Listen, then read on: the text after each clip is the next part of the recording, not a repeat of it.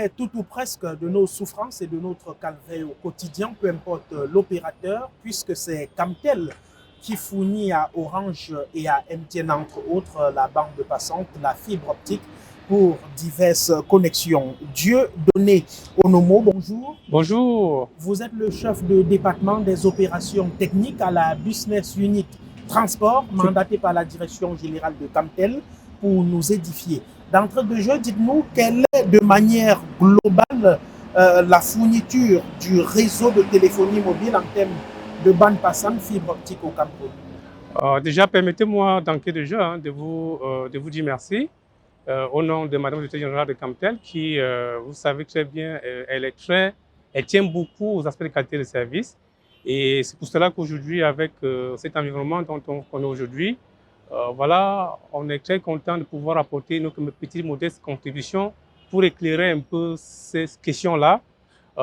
Disons donc que concernant vos questions, il faut noter que la bande passante, en réalité, lorsqu'on parle de la fibre optique, c'est d'abord, on a une bande passante, on va dire, en termes de capacité de transport. Parce qu'effectivement, aujourd'hui, pour porter des services, comme vous le savez, 2G, 3G, 4G, et même des services qui sont des services dédiés pour des opérateurs concessionnaires en termes de capacité Internet. Alors aujourd'hui, Camtel, qui est dans l'opérateur de transport national pour le moment, alors gère une infrastructure backbone fibre optique qui est maillée sur toute l'étendue du territoire. Alors, la capacité, on va dire la capacité maximale installée, c'est nous avons à peu près, on appelle ça nous 80 longueurs d'onde, 100 gigas. Donc ça peut faire en fait, si vous voulez, 80 fois les valeurs de 100 gigas. Ça, c'est ce qui est prévu. Maintenant, en fonction de ce qui peut être souscrit et demandé par les clients, aujourd'hui, nous avons activé sur le plan physique déjà 200 gigas pour 2022 et pour 2023, pardon, et pour 2024, cela va aller à 400 gigas. Maintenant, pour ce qui est de l'Internet, parce que vous savez qu'en termes de capacité, il y a également la capacité Internet IP Transit que consomment les autres opérateurs, les fournisseurs ISP pour tous nos clients et pour tous les abonnés du Cameroun. Aujourd'hui, au niveau de Camtel, nous avons à peu près 180 gigas qui sont activés de manière permanente pour tous les utilisateurs.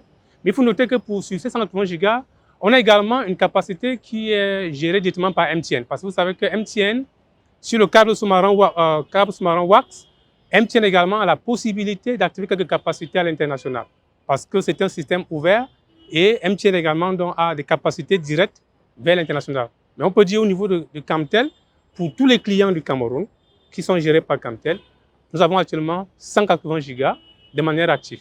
Bien entendu, il y a des capacités prévues pour faire des augmentations en fonction de la demande.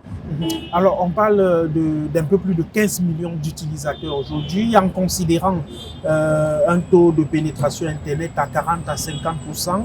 Est-ce que cette capacité est suffisante pour répondre à la demande? Bon, disons que c'est de manière progressive. On ne peut pas dire d'emblée que c'est suffisant, mais vous savez, au niveau des opérateurs, il y a également aussi le volet investissement et le volet également retour sur investissement. C'est pour cela qu'aujourd'hui, par exemple, au niveau de Camtel, nous faisons des augmentations avec des prévisions des demandes de nos partenaires. Je prends un exemple aujourd'hui. Nous avons actuellement à Camtel des objets en cours par rapport à nos différentes demandes. Supposons, nous avons aujourd'hui à peu près 20 à 40 gigas qui sont planifiés en termes d'augmentation. Donc, mais on peut dire que de manière globale, c'est vrai que quand on observe l'indice de croissance entre 2023 et 2022-2023, en termes de croissance sur la pénétration, c'est à peu près 2,6%. Vous voyez que ça évolue vite quand même. Donc ça évolue, donc effectivement, les opérateurs sont obligés de s'arrimer à cette demande en termes de capacité Internet. Alors, les opérateurs rejettent la pierre sur le fournisseur de base, qui est Camtel, lorsqu'il y a la moindre perturbation. Dites-nous, quel est le véritable problème? Alors, moi, je dirais que le problème, je ne prends pas ça comme ça. Vous savez qu'il y a souvent des perceptions qu'on a lorsqu'il y a un problème.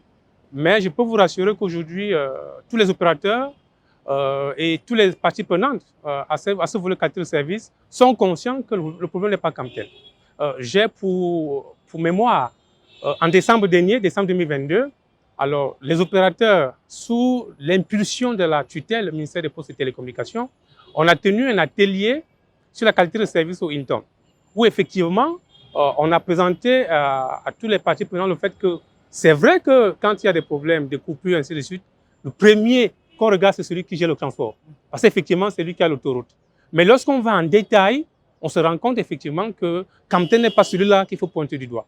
Parce qu'effectivement, lorsqu'on va en détail, on se rend compte qu'il y a les facteurs exogènes qui viennent également donc un peu plomber dans cette qualité de service. Et je crois qu'on pourra en revenir par les autres questions, mais il faut noter quand même que durant cet atelier-là, Hilton, il a été bien précisé qu'il y a des attentes de nos consommateurs vis-à-vis des opérateurs. Il y a des attentes également des opérateurs vis-à-vis des autres parties prenantes. Et sur ça, on a effectivement dans le gros problème du vandalisme et des travaux de route. Je crois qu'on pourra en revenir peut-être pour d'autres questions. Bien évidemment, je voudrais vous poser la question puisque Camtel est au même moment fournisseur, mais opérateur également. Dites-nous, en termes de pénétration, quel est le taux de la clientèle, le portefeuille Camtel en 2023 au Cameroun? Bon, disons que pour la Camtel, il faut voir ça à plusieurs niveaux. C'est-à-dire que Camtel, comme on sait, on a 3 unités business dans le filaire, le transport et le mobile.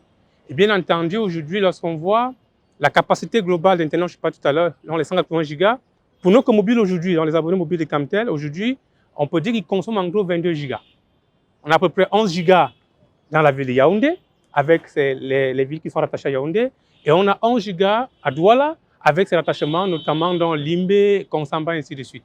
Voilà un peu la consommation globale en termes de bande passante de ce qui est fourni pour nos opérateurs mobiles aujourd'hui. Bon, bien entendu, il faut noter quand même que quand on voit la réalité d'évolution en termes de pénétration Internet aujourd'hui, des autres opérateurs, mais même des Camtel, c'est tout à fait comme vous avez indiqué tout à l'heure, par rapport au pourcentage de 45-50%. Donc, nos abonnés également sont dans cette mouvance-là. Alors, on a donc, pour être plus pratique en valeur absolue, on parle de moins de 10% oui, de clientèle qui constitue le portefeuille de Camtel aujourd'hui. On est quand même tenté, avec cet instinct patriotique, de se demander pourquoi un taux aussi faible par rapport aux opérateurs étrangers que sont MTN, Orange. Alors, en tout cas, moi, je ne vois pas ça sous cet angle. Je vois le fait que le directeur général, à plusieurs reprises déjà, a expliqué ce volet, en disant qu'effectivement, qu'aujourd'hui, on est dans un processus de modernisation, de changement. Et c'est pourquoi nous avons aujourd'hui des piliers, c'est-à-dire des piliers sur lesquels on veut changer. Notamment le volet Customer Centricity, qui aujourd'hui est un de nos grands piliers, où nous voulons que le client maintenant soit au centre de nos activités. Donc, effectivement, pour nous, comme elle l'a dit plusieurs fois, on est dans un processus d'amélioration. Et nous sommes convaincus que d'ici peu, cela va beaucoup changer. Et ça a commencé déjà, parce qu'il faut noter quand même qu'aujourd'hui, beaucoup de gens quand même reconnaissent que les efforts sont faits, même des partenaires, parce qu'il faut noter qu'aujourd'hui, vous savez quand même Camtel est devenu un peu certifié ISO. Donc, ça veut dire que dans le processus de cette situation-là, nous avons mis en place des outils, notamment, on a aujourd'hui un outil de monitoring, qu'on appelle le Network Operating Center, le NOC, qui permet aujourd'hui d'échanger avec nos partenaires et les clients pour qu'ils se sentent plus délaissés, qu'ils se sentent maintenant pris en compte. Et c'est dans ce processus-là qu'effectivement, on va voir que les choses sont en train d'évoluer de manière positive. Le rêve d'un ou de plusieurs opérateurs 100% camerounais avec une production et distribution d'un réseau de qualité est-il possible au Cameroun? Si oui, que faut-il faire pour sa réalisation? En tout cas, moi, je crois que quand on voit un peu déjà les institutions de la haute hiérarchie, donc la présidence de la République et même que nos tutelles, le ministère des Postes et Télécommunications, et lorsqu'on voit également aussi les actions de Madame le Directeur général, ça rassure sur le fait qu'effectivement, on peut être content d'avoir un opérateur 100% camerounais qui est aujourd'hui dans le sens de s'arrimer à la compétitivité et qui aujourd'hui veut être le hub au sud du Sahara. Il faut noter qu'aujourd'hui, ça c'est la vision de Camtel, c'est-à-dire d'être là, cet acteur, ce pilier au niveau de l'Afrique centrale, mais également aussi au niveau des autres pays frontaliers. Et je peux même vous dire que sur ce Madame le Directeur général avec le projet qui a été impulsé par le ministère des Postes et Télécommunications, à savoir le projet CAP, où nous avons posé des câbles fibre optique vers nos frontières, notamment vers le Congo, vers Ouesso, entre Mbalam et Ouesso, mais également aussi avec le Gabon, avec la Guinée. Vous voyez, nous avons déjà le Tchad. Donc effectivement, par exemple, ce mois-ci, nous avons activé de manière fonctionnelle, n'est-ce pas, l'interconnexion entre le Cameroun et le Congo. vu que le ministère des Postes a autorisé de manière spéciale qu'on puisse tester ces liaisons. Et aujourd'hui, elle est fonctionnelle. Donc, c'est pour dire qu'effectivement, Madame le directeur général est dans cette lancée. De dire qu'aujourd'hui, on rêve d'avoir une entreprise Camtel qui est compétitive et qui va être ce hub-là, qui va donc satisfaire un peu nos populations, la haute hiérarchie par rapport à ces attentes. Voilà un peu la démarche qui est au niveau de Camtel.